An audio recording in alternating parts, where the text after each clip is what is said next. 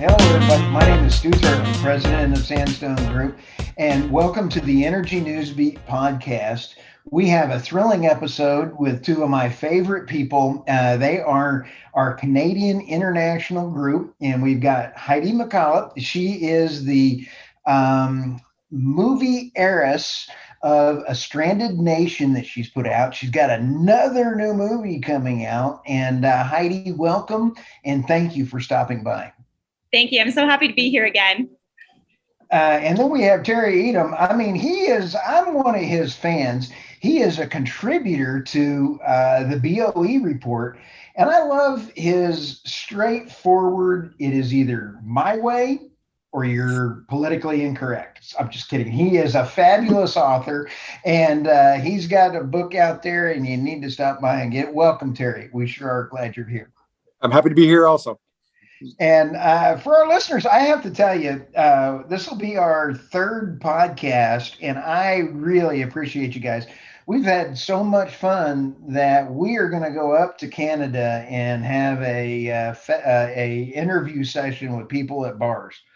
I'm sorry, it's just going to be a lot of fun. 100%. It will be. And it's friendly Canadians, so people will talk to you. Oh yeah, and I'll talk to a rock, so we're going to have some serious fun. After 2 or 3 hours, it gets a little different, but the first couple are great.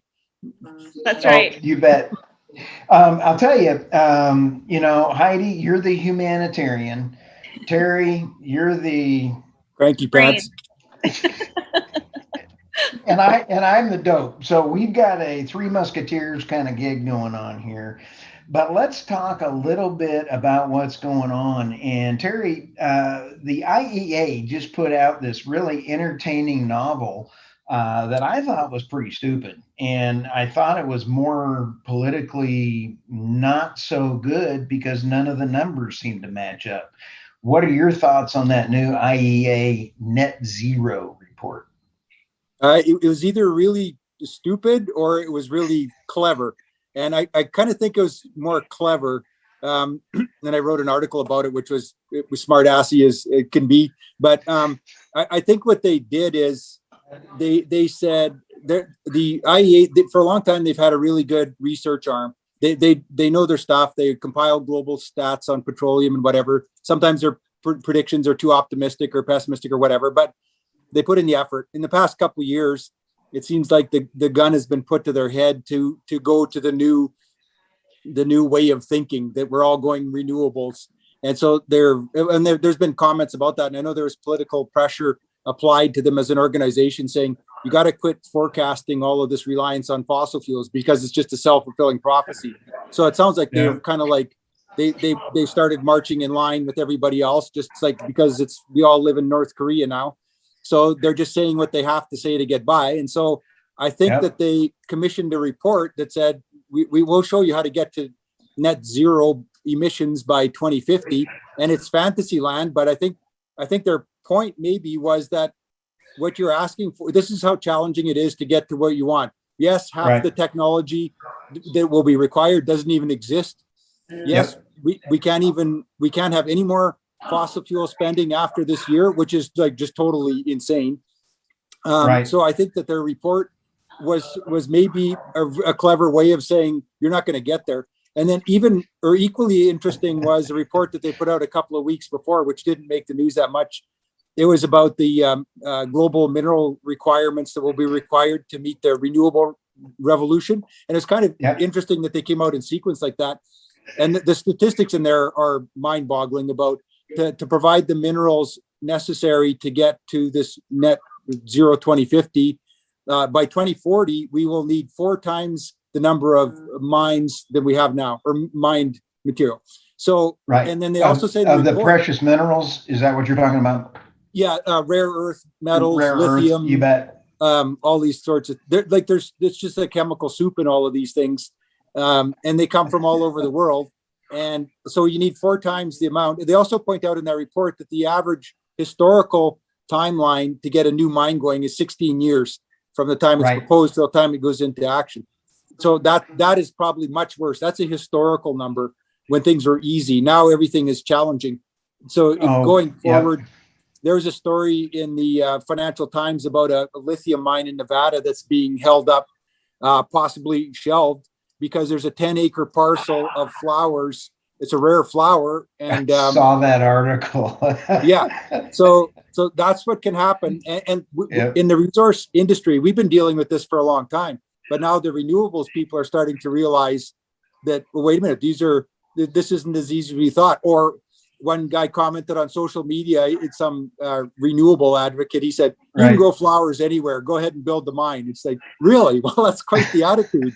Well, it begs a bigger question as well. Like, what's so fascinating is we're talking about 2050, and I was like, kind of makes me laugh a little bit because politicians don't even think past 2 years or 4 years, let alone like 50 years. Yeah, that's the maximum. Trying to predict how we're going to feel and how the world's going to look is, it's kind of weird that we're basing all of our policies around that, you know, like, of course, you know, you want to be proactive with environmental policies and, you know, look and have goals, but to say that we're not going to be doing something or not going to be using something in 50 years is so weird. Like, where do people get that boldness from? Because it's a strange concept because we don't know. Like, I'm pretty sure in the prior industrial revolution, they thought the same thing. They probably were shocked when they started using oil for the first time. You know, they probably didn't have, you know, their tangible usage of whale oil. Like, there's so many different things that change and will continue to change, and that's just part of living. It's it's fascinating.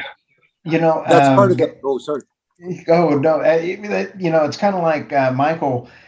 He's in the School of Mines master's program, and they've got some outstanding articles that they've had just come out with the mines.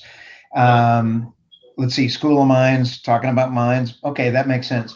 But they were really showing that 91% of the rare earth minerals come from China.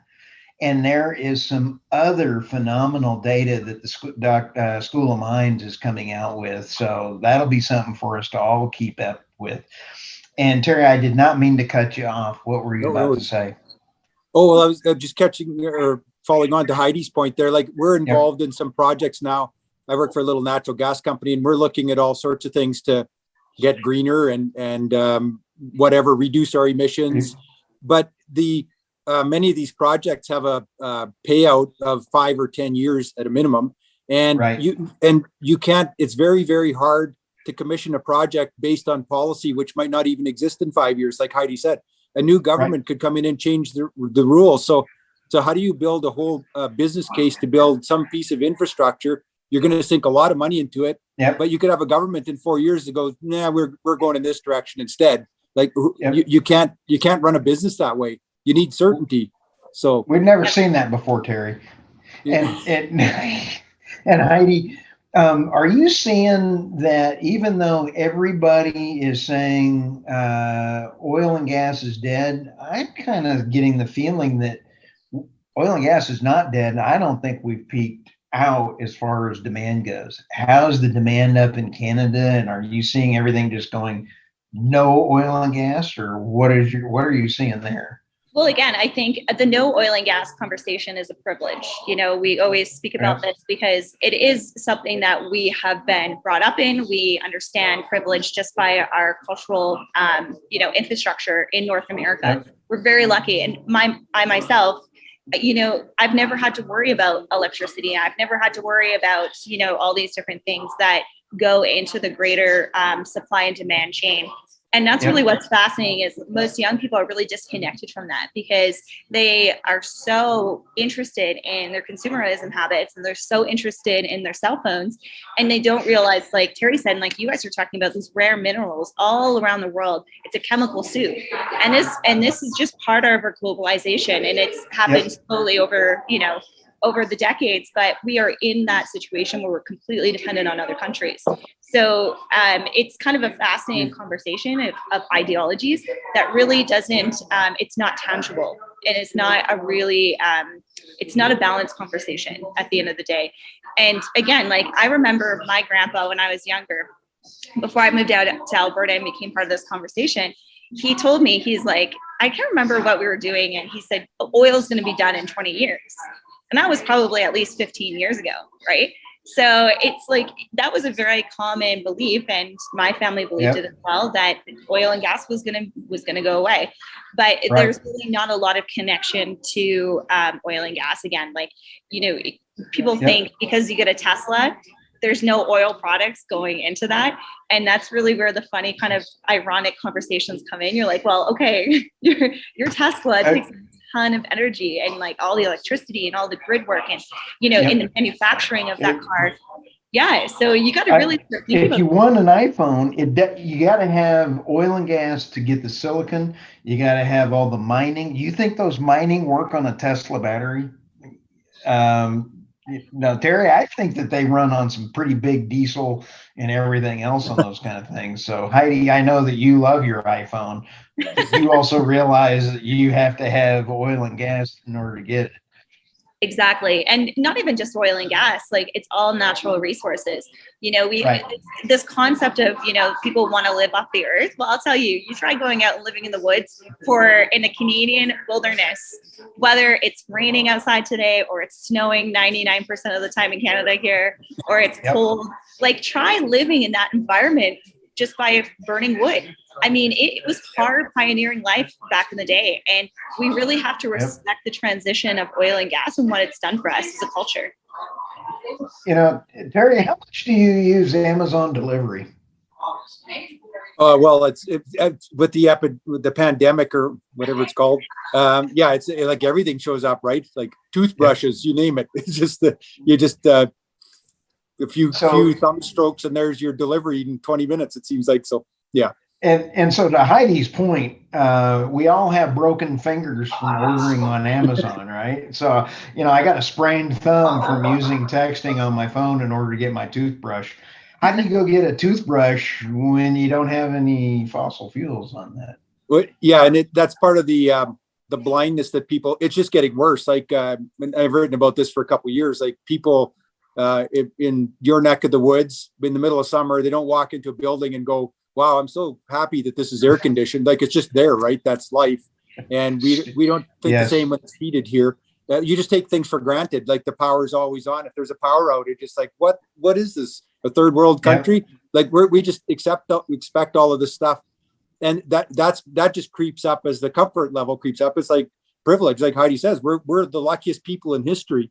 And then, but every level we take, we just take more for granted. And now, the absurdity of Amazon, where everything gets brought right to your doorstep, and if you don't like it, you just send it back. It's like it's insanity, kind of, but that's how comfortable we become, and the chain behind that is just nobody can even comprehend what's bringing you that stuff.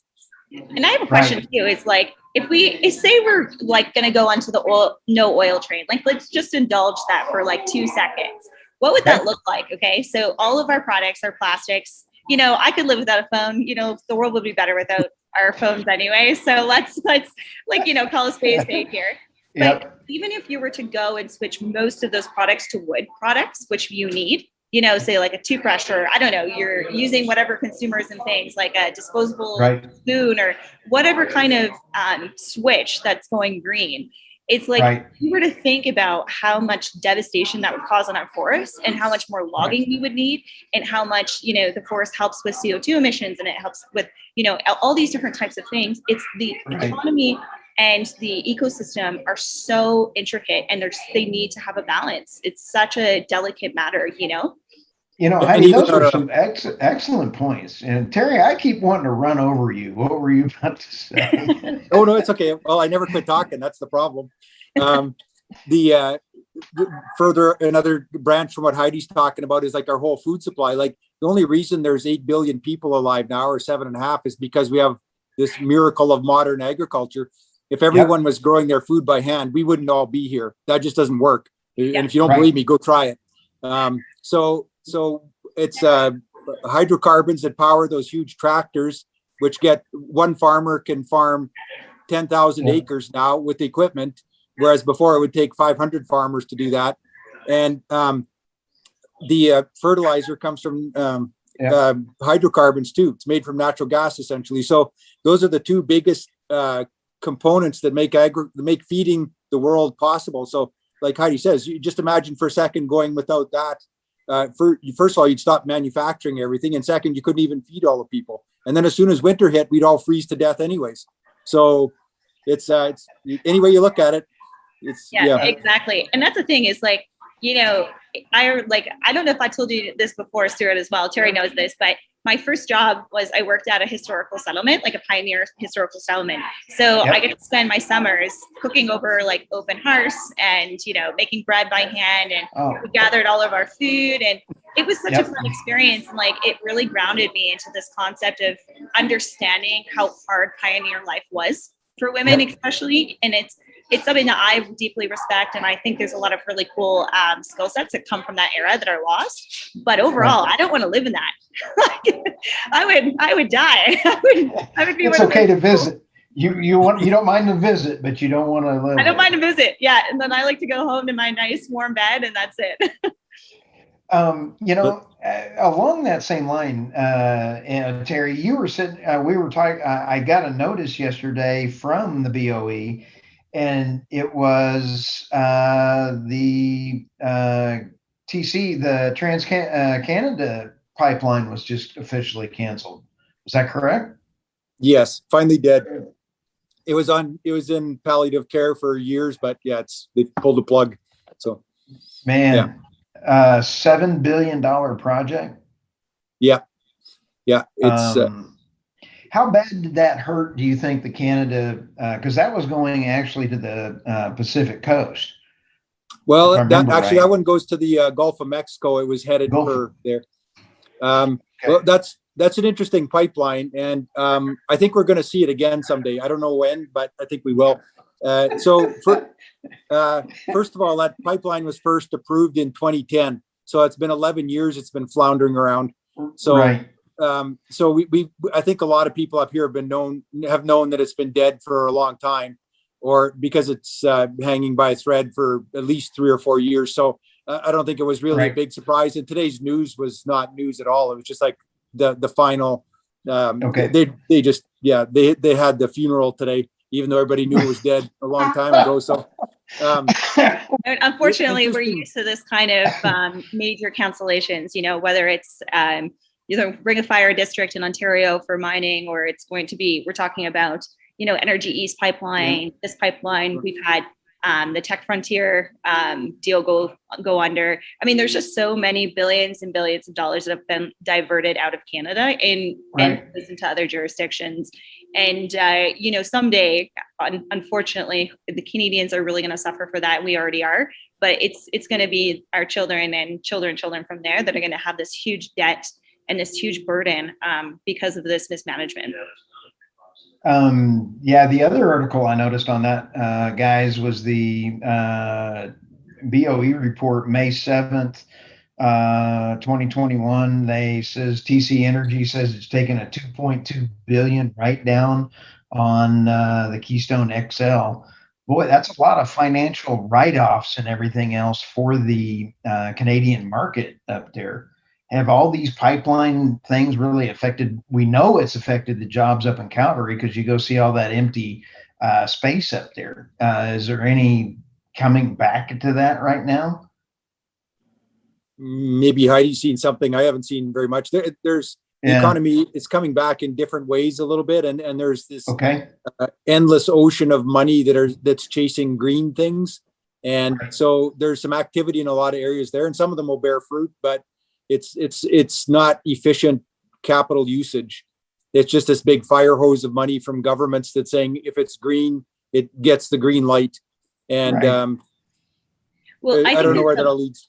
Exactly. I think this is going to be my positive side of things, a little spin-off, and as usual. We need that, Heidi. We need that. Yeah.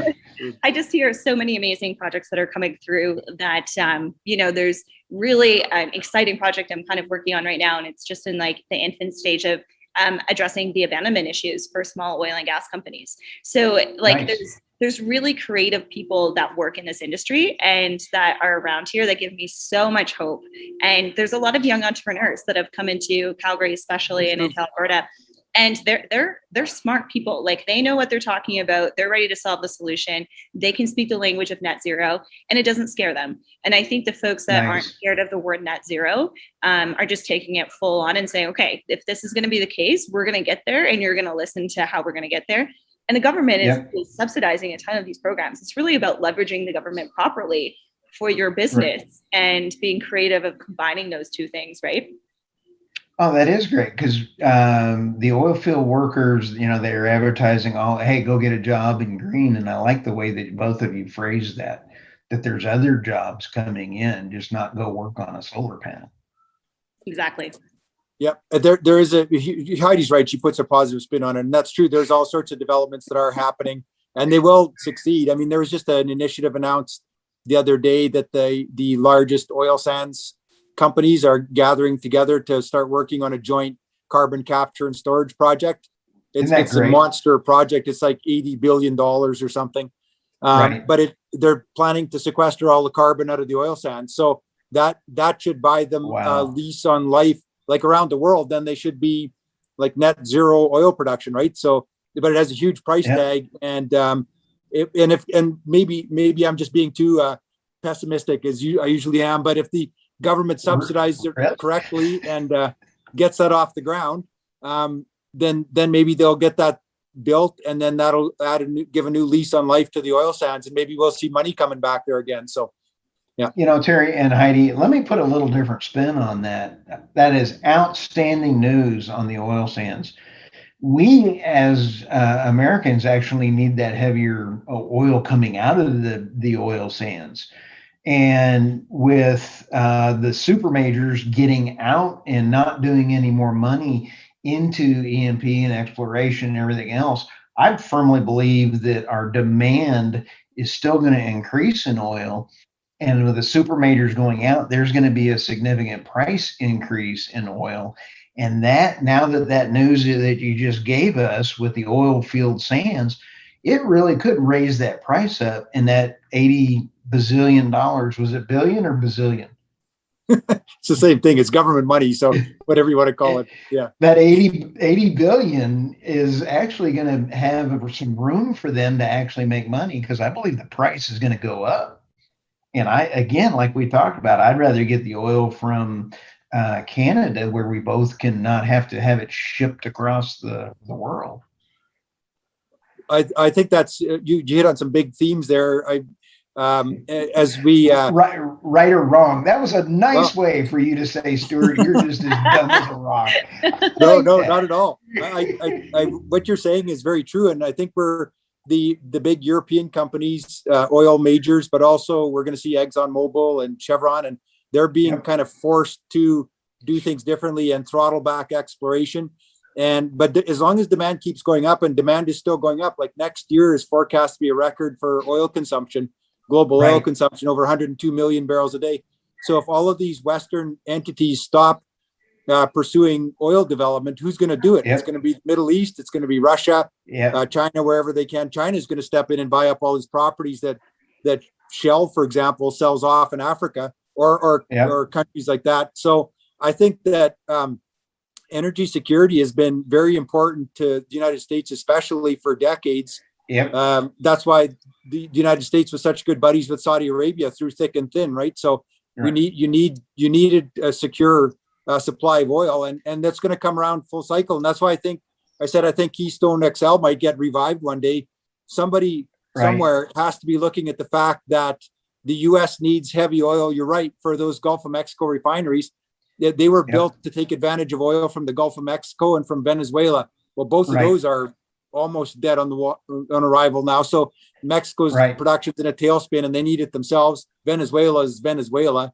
So there's no more oil coming from there. So where are they going to get heavy oil from? You can get it. Do you want to get it from Iran, or do you want to get it from your big sleepy neighbor to the north? And all you need is a pipeline connect 170 billion barrels with your refineries. It's a geopolitical no-brainer. Someday it's going to happen, but Well, and I think that's the balance in the conversation too, is like, what I really like to see is smaller oil and gas companies be more competitive. And that's a really big conversation in and of itself, because in Canada, they have such a huge liability to debt ratio with the banks that they're not considered a viable investment because of our reclamation issues. And it's a great idea of cleaning up old wells. We all want that. I mean, I think that we all know from, the 60s and even earlier, there's a lot of issues that happened with drilling and, these abandonment wells because of those standards. The US issue too. Yeah, that's right. Because the standards that were then aren't the same standards now, but instead of saying, okay, it's a government issue, let's solve the problem, they're just dumping it on these companies. And the bigger companies will handle it and they can tiptoe around it. They can get the carbon credits, they can get it whatever they need to get. But the small companies are not a viable investment for banks. Right. So that's a problem for them. And it's a problem for our economy because we never want one company owning all these assets. We want the diversification. And it's really important for governments to focus on that. What changes, Heidi, would you recommend in order to make? Let me back up. Last year, it was last year, and I could barely remember past last night's dinner. But we talked about the ability for, having the additional investment in trying to figure out how investment and capital are going to go into those cycles again. I had about 6 different points and I just absolutely went bonkers on those. So Heidi, you had a great point. Terry, what are you thinking on what Heidi just said? We may have to cut that section out. That's okay. The small company diversity. Yeah, that's they've taken the brunt of it. And probably to the same extent in the US too. There's the bigger ones are getting by in this low price environment. And I think Canada's ahead of the curve in terms of the crackdown on activity and investment capital. We've been suffering through that for years now, and the junior oil and gas sector is pretty dead. But it's coming. It could come back to life, like Heidi said. There's new companies, there's new industries springing up to look at abandonments. There's new ways of looking at business that are using technology and just rethinking different ways instead of just hauling products to market. The company I work for, we're looking at a whole bunch of new ideas, and we're looking at, instead of just hauling our natural gas to market, we're talking to other companies in the region and saying, hey, maybe what do you have? What are your problems and what are our problems? And if we pool our assets together, maybe we can solve both our problems. And there's a lot of fruitful ground there. You just have to rethink the way the old historical way of just doing business just doesn't work anymore. And there's some good that's coming out of this too. It's like Heidi said, and you get new young minds attacking it in a different way with different expectations. And it could be, we could come out with like a really, really strong industry in another 10 or 20 years. We just have to get through this storm of people trying to kill it, I think. So. Heidi, the senior moment I just had a minute ago was pretty funny. But when you take a look at our last podcast, our first podcast, I believe, and we had talked about Canada's excellent use of regulations in trying to keep things going. Canada has some of the strictest regulations out there and have done a good job. And we even say that there are regulations that Canada has that we need to follow. Absolutely. We need to take care of the environment while we get the cheapest, lowest kilowatt per hour to the poor people. Terry, you actually were kind of nice one time when you hinted at that. What were you about to say, Heidi? Yeah, you're absolutely right. And that's, say for instance, like I was out on the weekend at a local farm, and I took a look at this site that is owned now by a Chinese company. So they're paying the farmer, their royalties or what have you not, but the reclamation is probably about $1 million to fix it. So, and it's just sitting there, and it's contaminated water on his property. And you're talking about like chemicals that are steadily going into the ground, and they're streaming down probably to other local farms. And because we know with water, it doesn't stay in one place. And these are concerns that I have. And it's like, okay, well, if this is a problem, we recognize, we see the problem. We know this is happening all across, Canada with these old issues and old wells. Right. So what is the government proactively doing?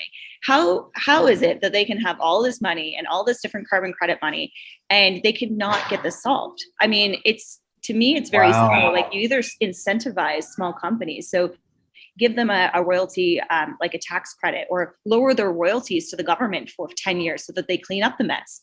Because at the end of the day, if the whole industry goes under, guess who's stuck with that $70 billion plus liability of these wells? We are. Right. The government, the taxpayers, the people. It doesn't, like, if the whole industry goes under and there's no oil and gas companies left, who's going to clean up? So it's like, you got to have these balanced conversations for government. It's like, you got to be thinking 10 years ahead. Again, it comes down to that 10-year moment. They never think 2 years ahead, 4 years ahead, and they're trying to spout out 2050. And I'm like, hell, let's focus on the 5 years before we start going into 2050. You know, Heidi, you're the adult in the room, because that was the best way that I've heard that articulated. And all of a sudden it makes sense. Terry and I are over here scratching our heads. Why didn't we think of that? But that was very well said. Thank you.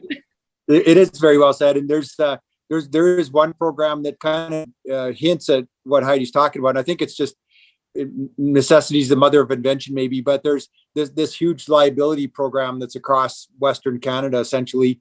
And I know it exists in the States too. I've heard about it. Millions of wells that have been abandoned or just sitting there leaking or something. There's a program that the government put in place, and it's not even really so much of a subsidy thing so far, even though, like, I like Heidi's idea, but the idea was, instead of, if you got like 500 companies responsible for abandoning wells in a given region or a state, say, right. if you tell those 500 companies, go abandon all your wells, everybody has to go up the same learning curve. They have to spend money. They have to figure out what works, what doesn't, the trouble spots. Right.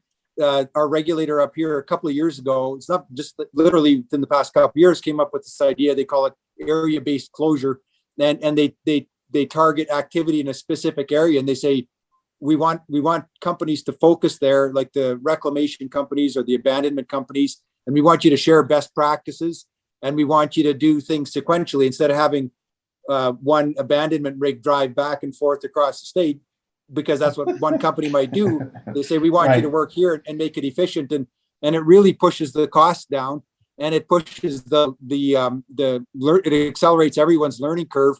We had some wells that were abandoned we just had a small interest in them, and a firm came through to abandon them, and they did an unbelievable job, and they did like 2 of them in half a day. And the pictorial that they sent us, it was, when we saw this, it was like, this is incredible. They took pictures of everything before they started. They took pictures of it while they were doing it. They took pictures when they were done. They sent us the file and they were gone. And it's like, how did that happen? Like, before, if we did that on our own, it would have been a week-long process.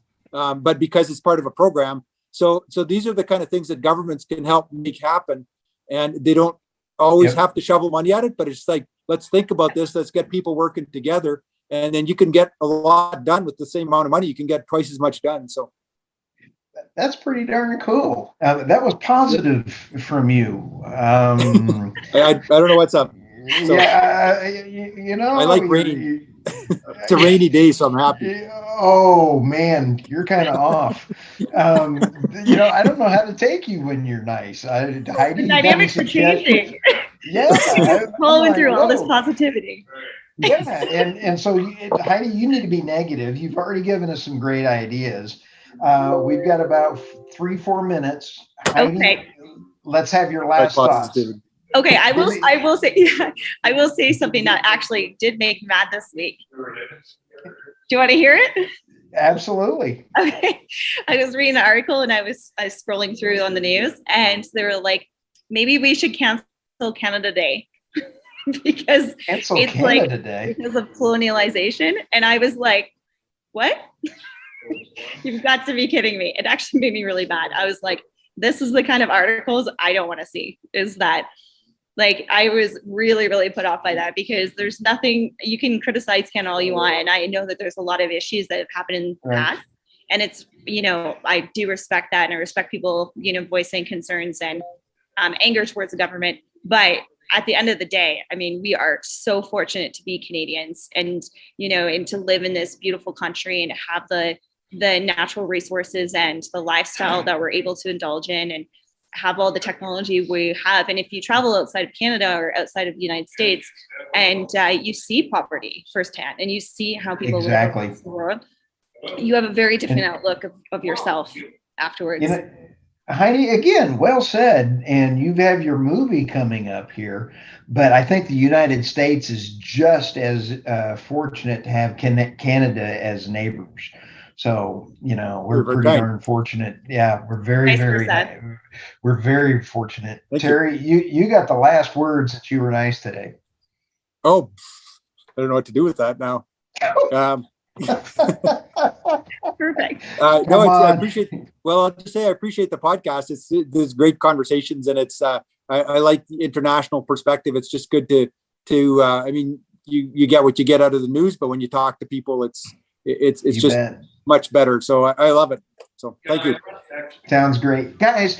Terry and Heidi, thank you again. I treasure the time that we have, and I cannot wait till our podcast next week. For everybody, you can hear the audio on our app on all of the different areas to get the audio podcast. You can also get it on YouTube, Rumble, on all the social channels, and you can reach out to Heidi or Terry on their LinkedIn addresses, and we will have all that in the show notes. And download the app, the Energy Newsbeat app. Thank you, guys, and we'll see you on the next one. Thanks for having us. Yes, thank you.